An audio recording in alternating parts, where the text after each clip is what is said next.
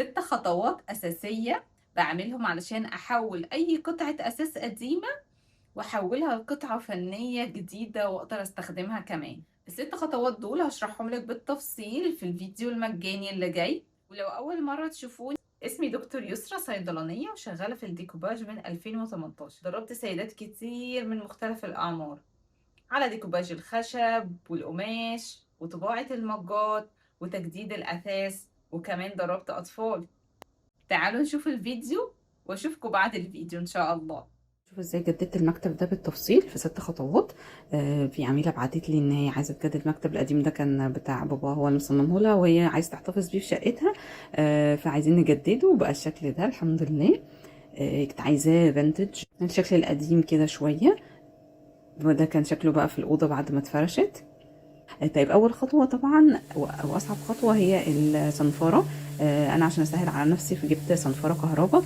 بس هجيلكوا في الاخر بالاداه اللي هي اليدويه، الفاره اليدويه دي برضه هوريها لكم. صنفرت بقى كل المكتب من جميع الجوانب. مش محتاجه ان انا يعني اصنفر الطبقه كلها، بس هخشن السطح كويس، فبستخدم صنفره 60 واعمل بقوه بقى علشان اصنفر واخشن السطح كويس قوي، اشيل طبقه الورنيش دي على قد ما اقدر. وبعديها برضو باستخدام التنر الحامي بمسح، فبرضو بيدوب لي طبقة الورنيش عشان اضمن ان الشوك بينت يمسك فيه.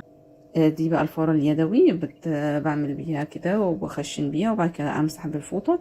وهنا انا كنت بأسس الدرج علشان اما احط عليه الورق يبقى من تحته الخلفية بيضة ويمسك كويس. بعد كده دي الخطوة التانية اللي هي التنر الحامي. دي التالت خطوة هي المعجون. رممت بقى وشيل القشرة اللي على الخشب لأنها كانت مكسرة جدا. وبعدين اديت لها برضو طبقة معجون وابتديت ألون. أنا اديت الوش الأول وبعد كده ده الوش التاني، بمشي في اتجاه واحد.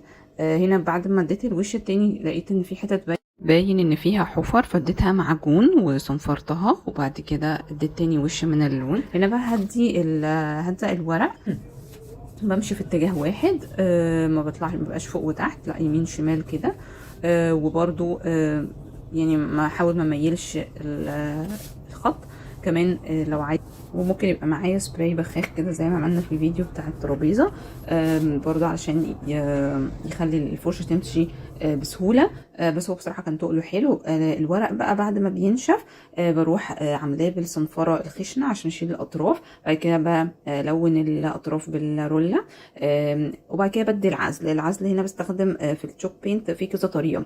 في ناس بتدي سبراي دوكو شفاف، بس في ناس بيدوا الواكس ده، انا بحبه لو انا فعلا عايزه التاثير بتاع التشوك بينت يبان الفينتج وانه قديم، فبدي طبقه الواكس الاول. وبعد ما صورته العميله قالت لي انا عايزه الضلفه كمان يبقى عليها ورود لان الاوضه كلها بالبنيات، فانتوا ايه رايكم اني احلى اللي في الاول ولا دي؟ اهلا بيكم بعد الفيديو، يا رب تكونوا استفدتوا منه.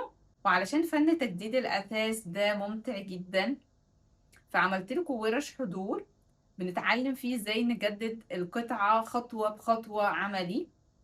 كل واحدة فينا بتكون جايبة قطعة أساس قديمة صغيرة، نقدر نتعامل عليها ونعرف الخطوات، وكل واحدة بالتصميم اللي هي حباه. في اللي تحب تغير الثمرة لأن هي اتاكلت أو شكلها مش مظبوط. في اللي تحب تلونها وتطمس الثمرة خالص وتخليها ألوان مودرن جديدة.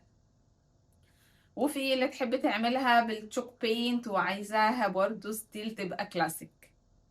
كل واحدة بنمشي معاها خطوة بخطوة في التفاصيل اللي هي بتحبها، وبنتعلم ازاي نعتق وازاي نعزل وازاي نزين وازاي نلون.